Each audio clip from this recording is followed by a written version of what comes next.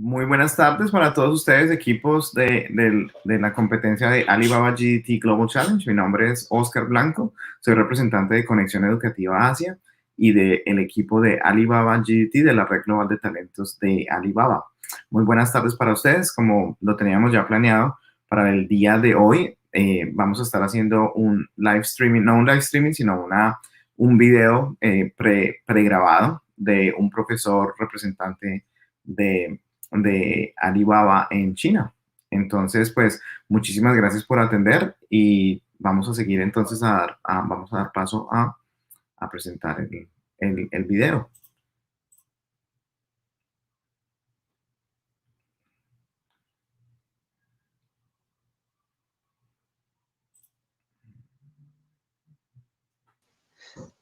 Oscar, estamos sin Research sonido. in the right manner to help in brand building. Ok, entonces voy a dar aquí comienzo, listo. Entonces esto pues para los que de pronto no pudieron asistir a la sesión de la vez pasada, este es un refuerzo en inglés acerca de la importancia de la investigación de mercados cuando están construyendo marca, cuando estás haciendo brand building. Entonces, un poquito acerca de Ravish Kumar, es un profesor de una universidad muy prestigiosa en China y también es asesor del grupo Alibaba.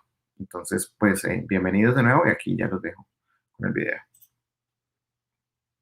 Today is to talk about the importance of research for branding. I believe you are all ambitious student entrepreneurs who have plans to launch brands of your own. And one of the things you're keen to understand is how does one use research in the right manner to help in brand building. So let me share my perspective on this, which I have formed these kind of points of views and opinions over my 25 years of working, and hopefully you will find some useful tips here. Typically, when you talk about the importance of research and brand building, and you ask the question, is research really important for brand building? If you ask brand custodians this question, you would get largely two kinds of responses. And these are two dominant behavior traits, and they sit at two extreme ends. Let me explain what I mean by that.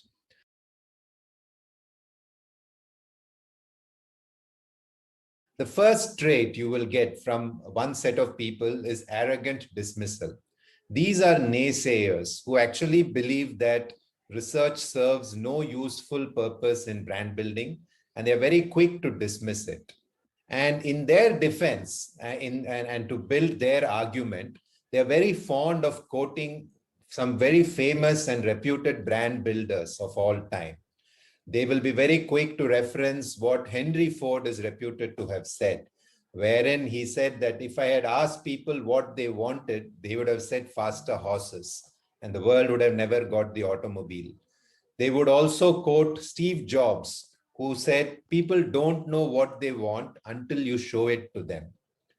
They will also quote David Ogilvy, one of my heroes, from whom I have learned a lot about marketing and advertising. And they will say that even Ogilvy said, people don't think how they feel, they don't say what they think, and they don't do what they say.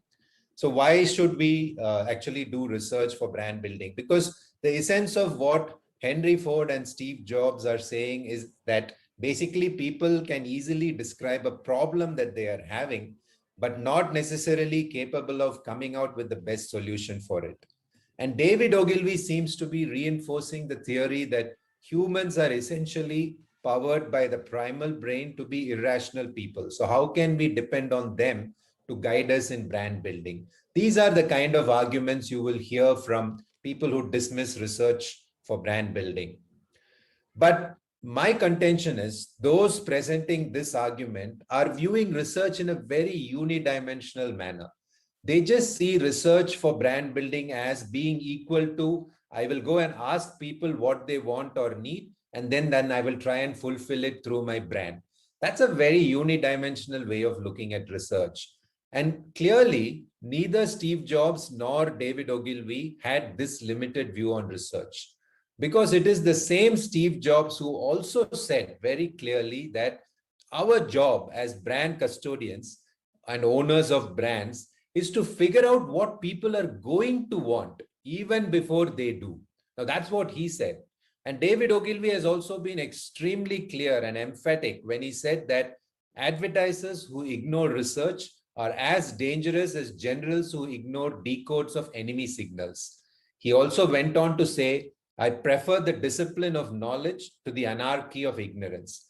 So neither of these gentlemen were dismissive of research. They just took a broader view of what research is, which unfortunately today's brand custodians don't see the full picture, and they selectively pick up things from what these greats had to say.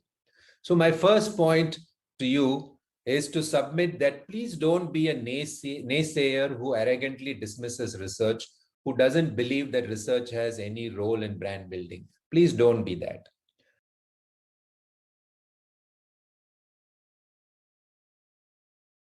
What is the second trait that we see? At the other extreme, there are people who are struck by analysis paralysis.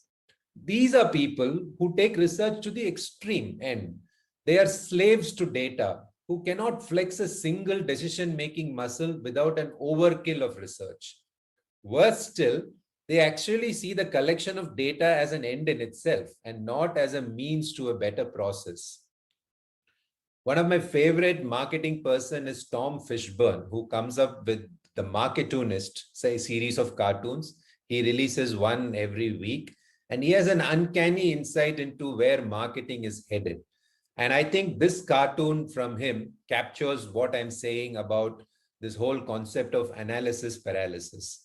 People are interested in looking at what all can they measure, and without really understanding the value of, am I measuring the right thing? Is this actually going to contribute to decision making? Is this information actually useful and usable? Nobody thinks of it. They just want the latest shiny new analytics, and they just are stuck with it. And that's not a good thing. Because these people exhibit a remarkable blindness, and they don't have any curiosity for the real human stories behind the data. See, the true value of data is actually in the stories that they tell or that you can decode from it. If you refuse to look past the first layer of data and try and find those stories, then that data is actually quite useless. So it is not right to see numbers and spreadsheets as ends in themselves. It is more important to see them as signals and proxies for the feelings, thoughts, and behavior of living, breathing people, because these are the people you hope to influence when you create your brand. And it's important to understand these real stories. In today's time, there is another danger with analysis paralysis, because these kind of people who get stuck with the data overload never actually question the data. Is this data really true? Is it really reflecting real people and real activities? Because you know the scale of data fraud that is out there. So it is very easy to be misled by data that is thrown at you unless you put on a filter and start questioning it, that am I seeing right things? Is this being churned out by a bot factory somewhere in some country, which is just, irrespective of human intervention, is just churning out this data? If you don't apply that human filter, you could go completely down the wrong path. And the danger of doing that is people tend to overstate the value of information immediately in front of them and understate the bigger stories that lies beneath the surface. What does this mean? To bring this point to life, I'd like to tell you a small story from the Second World War. This gentleman, his name is Abraham Wald. He was an Austrian Jew who managed to flee Vienna just before the Nazis overran the place, and he escaped to the Americas. Out there, he was a genius in mathematics and statistics, and through sheer dint of his brilliance and merit, he joined the American war effort. He was part of the US defense mechanism as a mathematician and statistician, helping them in the back end. Now, towards the end of the war, 1944, 1945, American planes were carrying out missions into the heart of Germany and bombing, various parts of Germany. And they lost quite a few planes to the German anti-aircraft guns. It was a conundrum for the top brass of the army and the air force, sorry, to understand, like, if I put too much armor on the planes, it makes them heavier and hence slower, and the greater are the chances for the planes to be shot down. But if they didn't put enough armor, then they are weak and they can anyway be shot down. So the top brass wanted to understand, like, what is the right amount of armor that needs to be put on the planes and where exactly it should be covering. So they started analyzing data from all the planes that were coming back from missions into Germany. More than 100 data points and planes were examined, and this is the result they got. And clearly, data pointed out that the planes that came back were being hit in three areas: the wings, the tail, and the fuselage. The top brass was delighted. They said, okay, we know where the planes are taking the hits. So let's go ahead and put armor on the wings, the tail, and the fuselage, and we will probably stop losing planes at this alarming rate.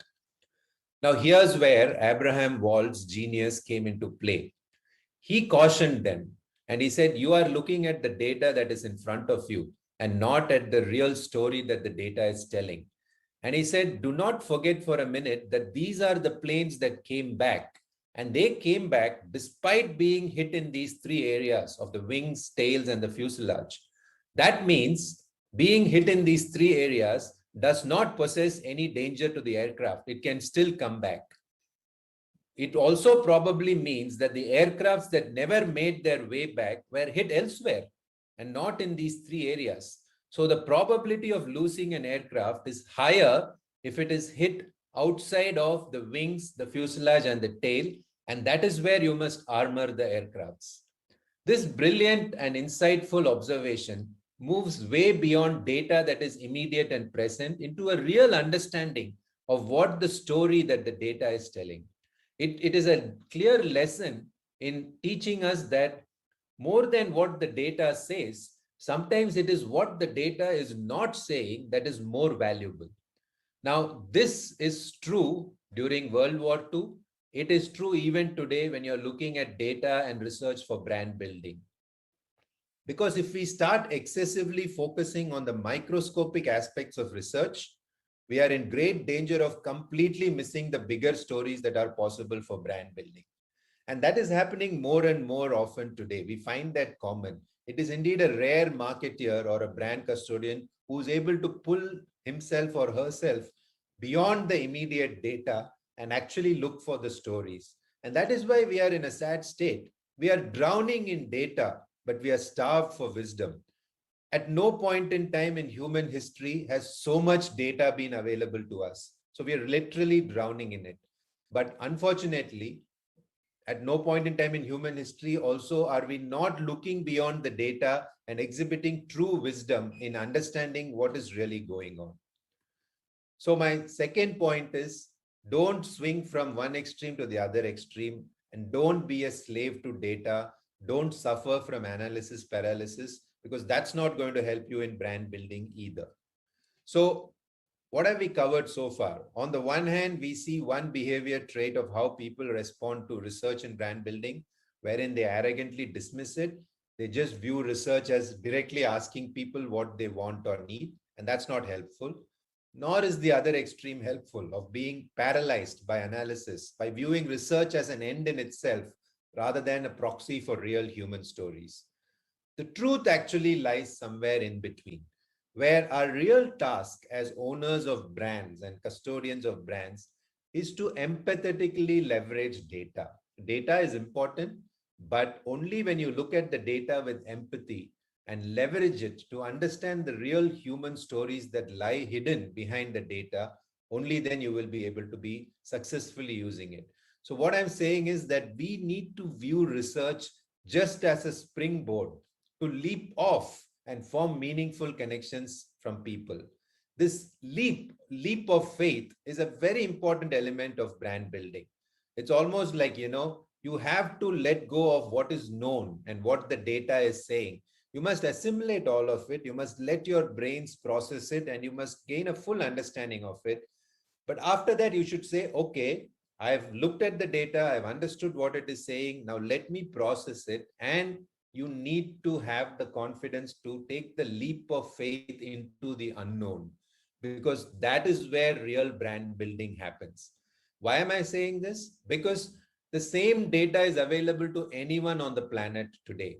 So if you just stay with the data and if you form a very linear and direct interpretation of the data, how are you going to be different from 20 other people who are looking at the same data and coming to the same conclusion? How will you create any differentiation for your brand?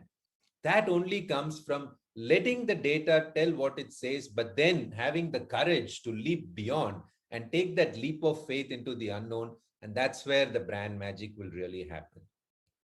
Now, that's not easy. And I think to structure our thoughts and take that creative leap, you need a framework that facilitates us to empathetically leverage research. And that's where the context of today's class, which is what I call the 4Cs framework, comes to use. And I think it's a very simple framework. It's not rocket science. It is something you probably already are doing, but it just provides a structure for thinking to make sure you have not, kind of ignored any part of the process.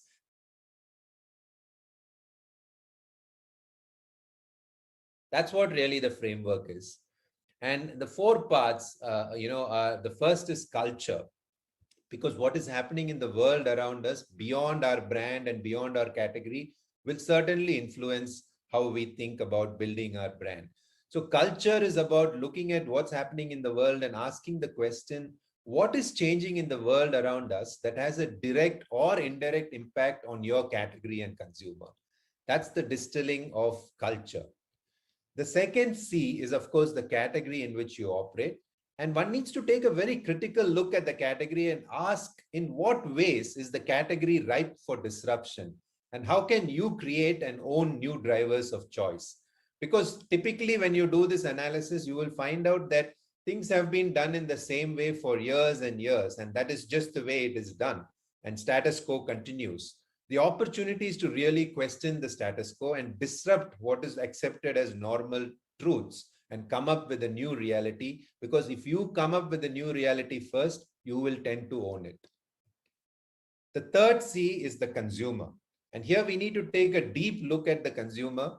And one of my favorite quotes about the consumer is again from David Ogilvy. You will see me referencing David Ogilvy a lot because I spent a lot of time in Ogilvy, the advertising agency, and I've learned a lot from that agency and what its founders said. And one of the things he said very famously was, the consumer is not a moron, she's your wife. So you always have that perspective. You're not talking to some remote creature called the consumer. You're talking to very real people. It could be your mother, it could be your wife, it could be your friend, it could be your sister, it could be your colleague. These are real people, and that's the audience we want to talk about. And to really connect with them, we need to ask ourselves, like, what are their aspirations and anxieties? And how can we and our brand be the answer that they didn't even know what they needed? Like Steve Jobs said, our job is to figure out what they are going to need even before they themselves realize it. So that's the critical part about the consumer. And the last part is, of course, we need to find what is already being on offer in the category. What are the other players saying, so that we will be able to create a differentiated offering. So when you look at competition, and this is both direct and indirect competition, we have to figure out who will be these people, who will be these players who will fight for a share of your consumers' minds and wallets in the future, and what sets them apart. It's important to understand that, otherwise we might come up with something in isolation, go to the market and figure out that somebody's already been offering it, and then you're only second to play, and that's not going to be successful. So this is the simple 4Cs framework. And once we analyze the 4Cs and get to crystal clear clarity on what's happening in each of the Cs, the brand opportunity can be defined in the context of the 4Cs. So that's the theoretical construct. I want to share with you quickly a few examples of brands, very successfully who have created a space for themselves. And I've tried to reconstruct what could have possibly been their thinking in the context of the 4Cs. Let me go through those brands quickly. The first one is Dove. I'm sure you're familiar with the brand, and the Dow has been a successful brand running on a single overarching platform for decades now, and that itself qualifies it for a success.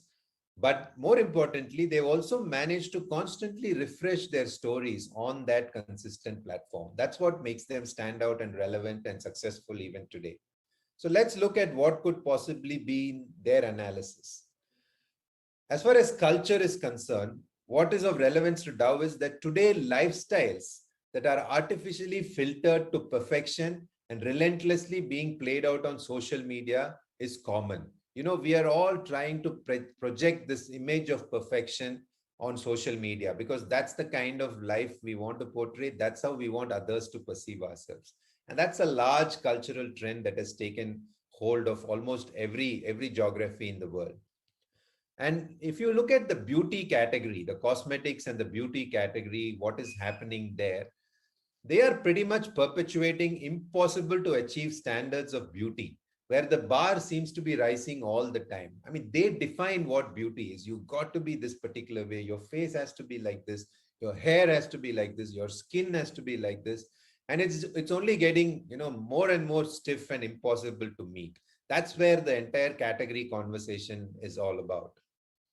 And if you look at the consumer, and in this case, it goes as young as preteen and teen girls, they are under severe stress to meet these unreal expectations just to maintain a picture perfect social image. It takes a toll on them. That's why we see so many cases of anxieties, depressions, and other mental health issues rising because teens and preteens are under so much stress to live up to this impossible to achieve standards that the beauty category is defining for them. And is competition doing anything worthwhile? Not at all. Most beauty brands are only feeding on heightened insecurities to push newer solutions to problems that one didn't even know that existed. Suddenly, one brand is saying, I have this new magic formula which you must use, otherwise your skin is no good.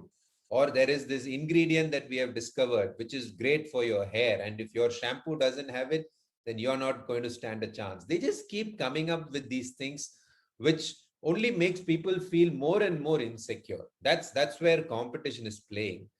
And in this context, Dow clearly is a disruptive brand which projects a completely different picture of beauty and what it means. And it stands for real beauty, where it says that its mission is to make more women feel more beautiful every day by redefining the stereotypes of beauty. And they've been doing this successfully for years now. And even as recently as last month, they came up with a fantastic communication and content for it. I'd like to play a short video. It's less than a minute, but it tells the story very powerfully.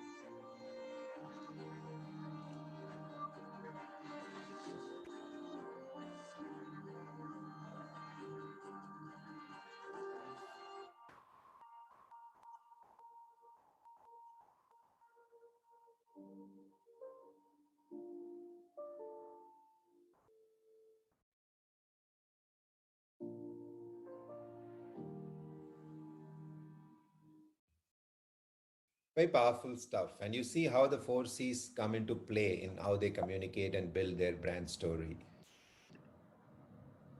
The next example I would like to refer to is Warby Parker, a recently successful brand in the US, in the optics space, built primarily on the digital ecosystem.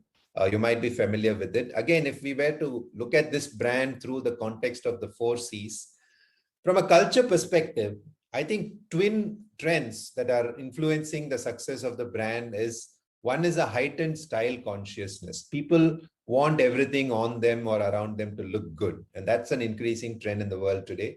And the second is the concept of social inclusivity. where people want to, carry everyone along with them on the path of development, and they expect brands not just to do well, but to do good too.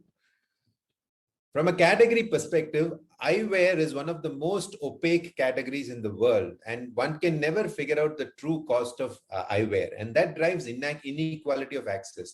For example, you look at any specs, any frame, you will not know whether this is worth $50 or whether it is worth $500. There's complete opaqueness in the pricing of the category. And when the consumer, if you look at the consumer, style quotients are rising faster than the ability or willingness to spend on them. People want to look good for sure, but they don't want to spend a bomb. They don't want to burn a hole in their wallets while doing so. And that's an increasing trend as well. And as far as competition in this category is concerned, it's a single player, Luxottica, which dominates the category and is able to dictate the entire pricing model, which results in the opaqueness that we see in the category.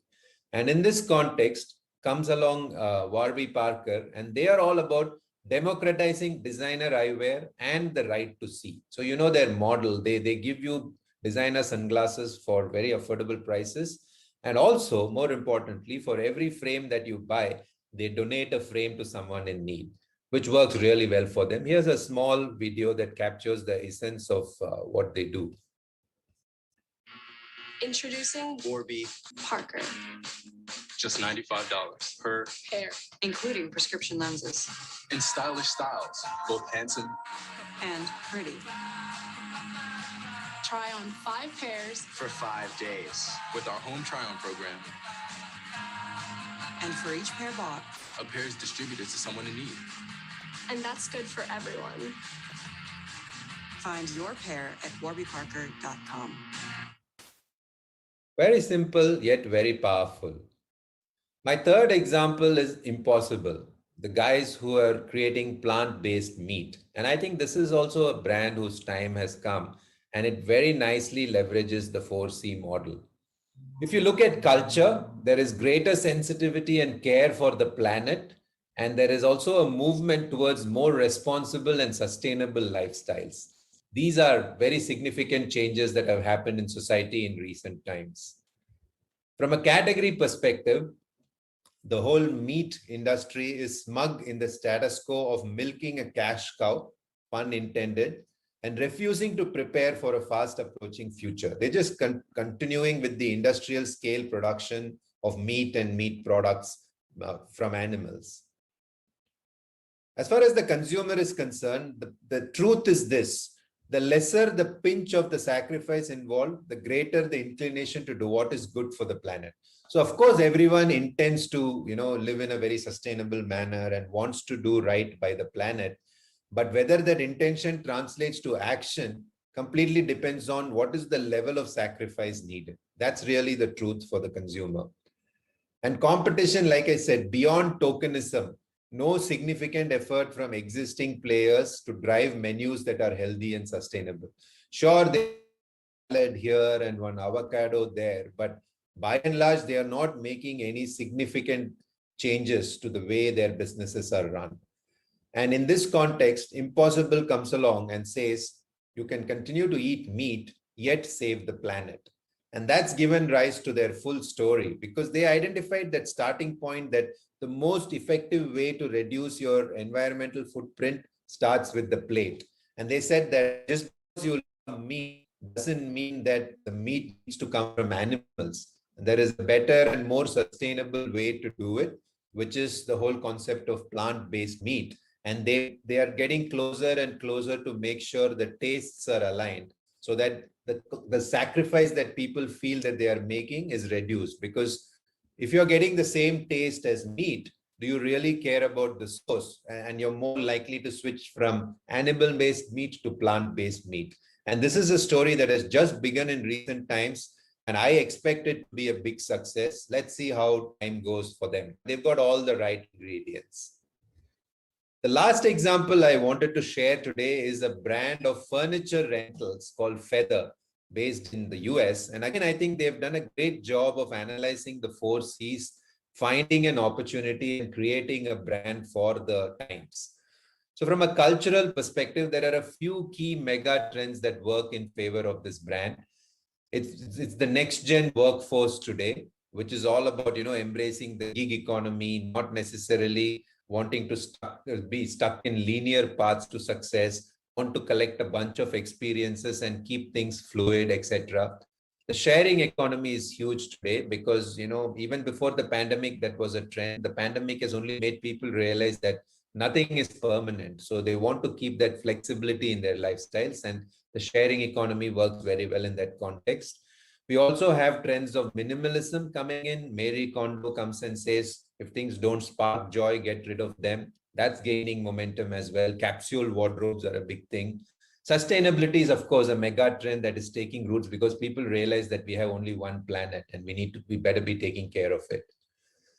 From a category perspective, though, furnitures are still catering to last gen life stage cycles, which assumes a continuum from disposable to longer lasting furniture, meaning at the early stages of my life, all I can afford is disposable furniture, and that's what I will buy. And slowly, as I gain affluence, I will buy longer lasting and more expensive furniture. It's a very linear way of thinking. It's very last gen, but that's how the furniture category still behaves. As far as the consumers are concerned, these are city renters who frequently are moving houses, and living arrangements are changing, their tastes are evolving, and their budgets are fluctuating all the time. And competition literally sits in two baskets and forces a choice between these two mutually exclusive baskets, where on the one side, you can buy lasting furniture, but that's very expensive, or you can buy this cheap furniture, but that's disposable and ends up in landfills. Apparently, after fast fashion, furniture is the biggest contributor to filling up landfills, actually. And Feather comes along and says that we've got furniture that fits the way we live today. So they are all about, furniture rental. So you select a plan that works for you. You choose furniture, art, rugs, whatever you need. Get your items delivered and set up, and you're good to go. As simple as that.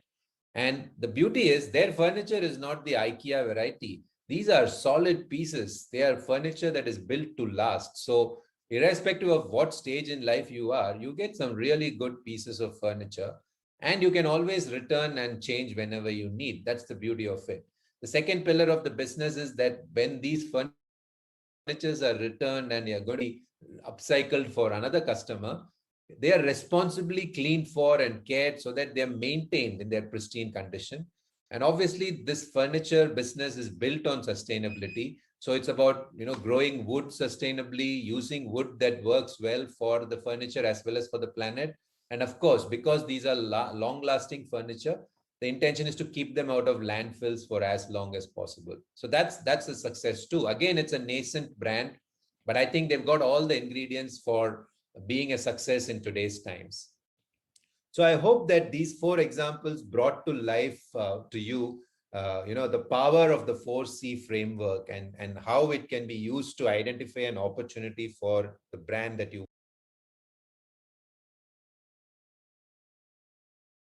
Now, the question you might have is, where does one look for all these information and insights? The simple answer is everywhere. Firstly, there are lots and lots of formal sources that you could go to. And like I said, many of them are free to use. So your first starting point should be secondary research that is available and is free to use. That's what you should look for. And while you are doing that process of desk research, you will come across certain pieces of paid research, which is secondary and available for a fee. You need to apply your judgment. Is this really going to be of value to me? Is this one document going to make a big difference to my life? Is it worth investing in for the kind of returns it will give? And there will be a few. So you don't need to spend a lot, but you can selectively choose 1 or 2, which is going to make a real difference. So that's your second port of calling, paid research, which is available in the secondary space. More importantly, today in the digital world, you can actually observe consumers' behavior. You can know what they are doing. You know where they are coming from. You know how much time they are spending with you. You know what is catching their interest and what doesn't interest them. You know where they are dropping off and where they go from here. So you have the whole journey mapped out in front of you, and it is possible to look at it in some fashion or the other. Again, there are free-to-use tools, there are paid-to-use tools. It is a question of applying judgment on how much do you rely on just the free-to-use tools and how much do you actually need to invest in the paid versions. Again, my guidance is start with the free-to-use. There's plenty to be found there, and only if necessary, add the layers of information that you actually pay and buy. So that's my overview to you, that information is available everywhere and you really can get a lot today. But that's not all. Information is not just from these traditional sources. Insight lies everywhere around us. In mythology, in religion, in literature, in science, in psychology. Insight comes from talking to your grandmother or your teenage daughter, in my case. They teach me something new every day. So insight is all about opening your eyes and ears and mind to everything that is happening around you. It is very important that you live in the current idiom. You understand what the world is going through. You understand what your consumers are going through. You walk a mile in their shoes. You feel their pain points. You understand what their frustrations are.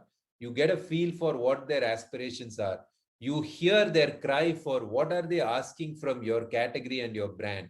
You need to develop that sensitivity, and that's the only way you will be successful in understanding what's really needed, even if the consumer is not able to articulate it. So that's really my view on where you find these insights and information. To conclude, I would just like to quote what I think is the most appropriate statement made on the importance of research in branding. It was not made in the context of either research or branding. It was made more than a century ago by one of the most renowned economists of all times, John Maynard Keynes. And he said, it is better to be roughly right than precisely wrong. I feel exactly the same about brand building and the use of data and research in brand building. It is better to be roughly right than precisely wrong. As far as you've got a sense of things, be brave to take the leap and go out and build those brands rather than being paralyzed by looking for more and more data or for data to support every single point that you want to make. It's better to be roughly right than precisely wrong.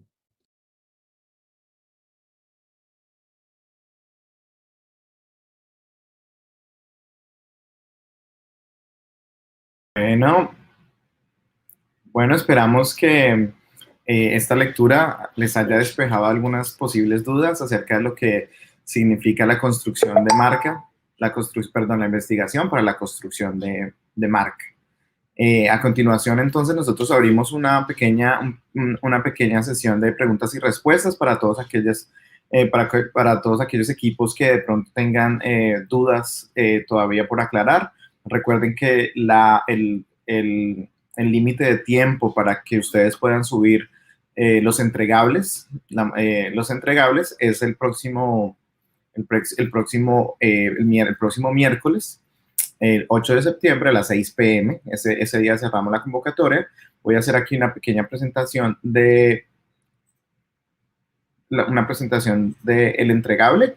Y pues bienvenidos a hacer cualquier pregunta que ustedes tengan o cualquier duda que tengan, por favor háganos saber. Con mucho gusto aquí les contestamos. Ok.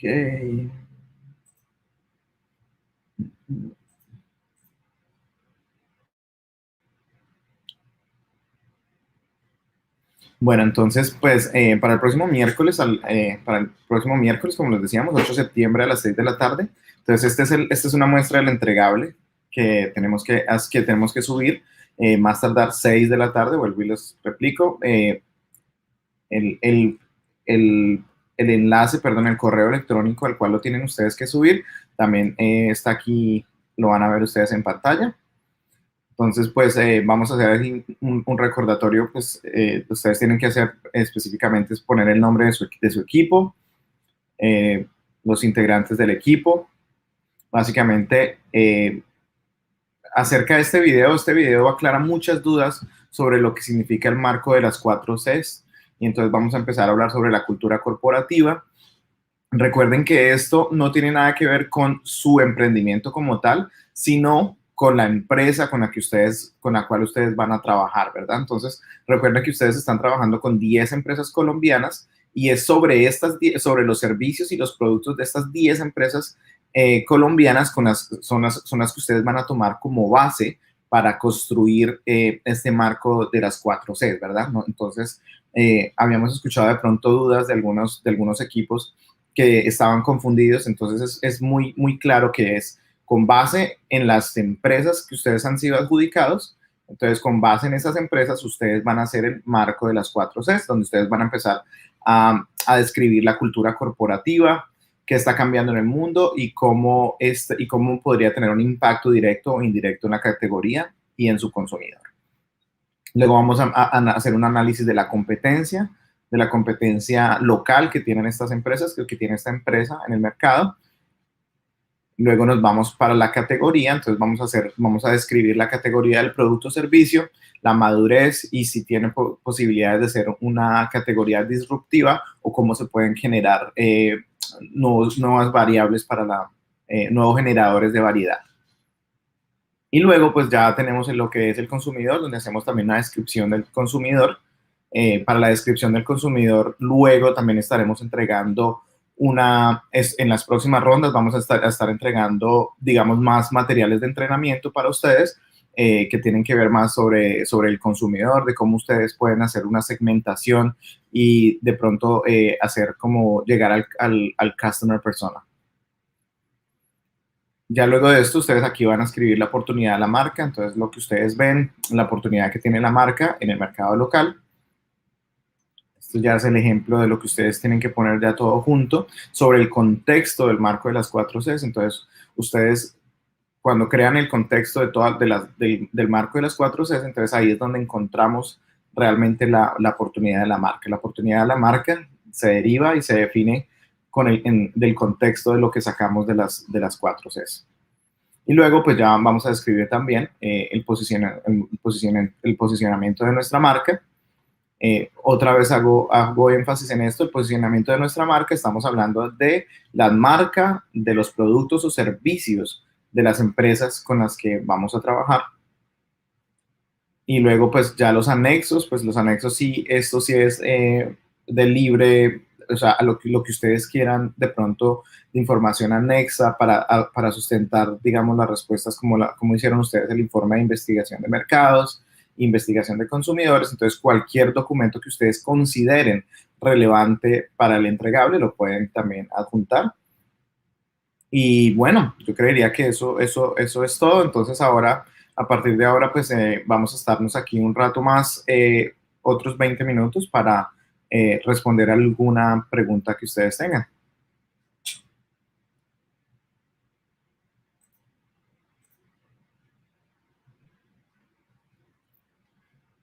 Hola, Gustavo, ¿cómo estás?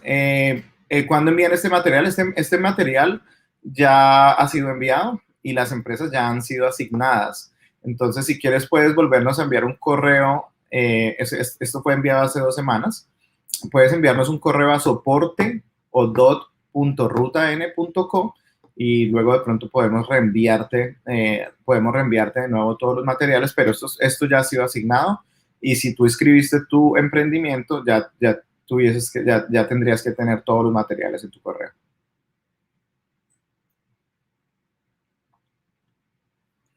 Puedes añadir todas las diapositivas que tú consideres relevantes y que pueden sustentar mejor toda la evaluación y el contexto del marco de las 4Cs que realizaste para la empresa. Entonces, sí lo puedes hacer.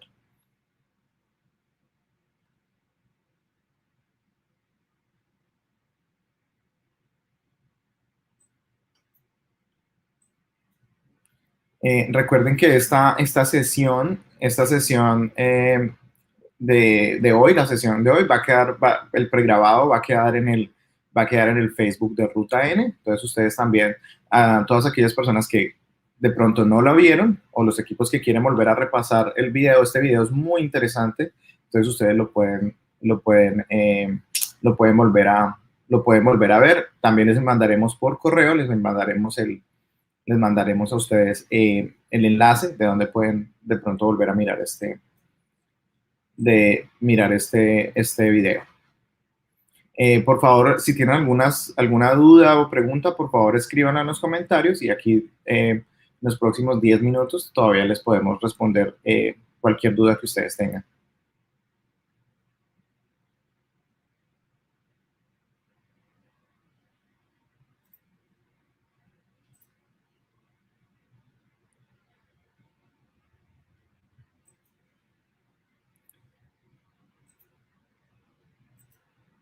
Bueno, también les estamos contando que, bueno, pues por favor estén muy pendientes porque van a haber otros entrenamientos, tanto en inglés por parte del grupo Alibaba, que también se los anunciaremos a ustedes a través del correo electrónico, y también vamos a tener sesiones en español, sesiones de entrenamiento en español para todos ustedes, que también los haremos aquí con el grupo, con el equipo de Ruta N en Colombia, y también les estaremos a ustedes enviando pues las fechas con anticipación.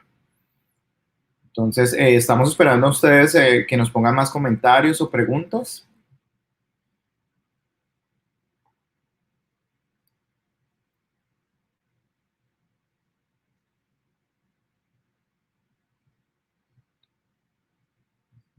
Listo. Entonces, bueno, si no tenemos más preguntas, espero que, de nuevo, esperamos que la lectura del profesor Ramesh Kumar de Alibaba GDT les haya servido, haya aclarado y despejado todas las dudas que tenían ustedes acerca del marco de las 4 Cs, la importancia de la investigación en la construcción de marca. Y bueno, entonces felicidades para todos ustedes, mucha suerte. Esperamos que puedan ustedes hacer todos los entregables. Si tienen alguna duda, por favor, no duden en escribirnos. Ya tenemos el correo acá. El correo es soporte@rutan.co. Y cualquier duda, por favor, no duden en escribirnos allí. Y luego, felicidades y una feliz tarde para todos. Hasta luego.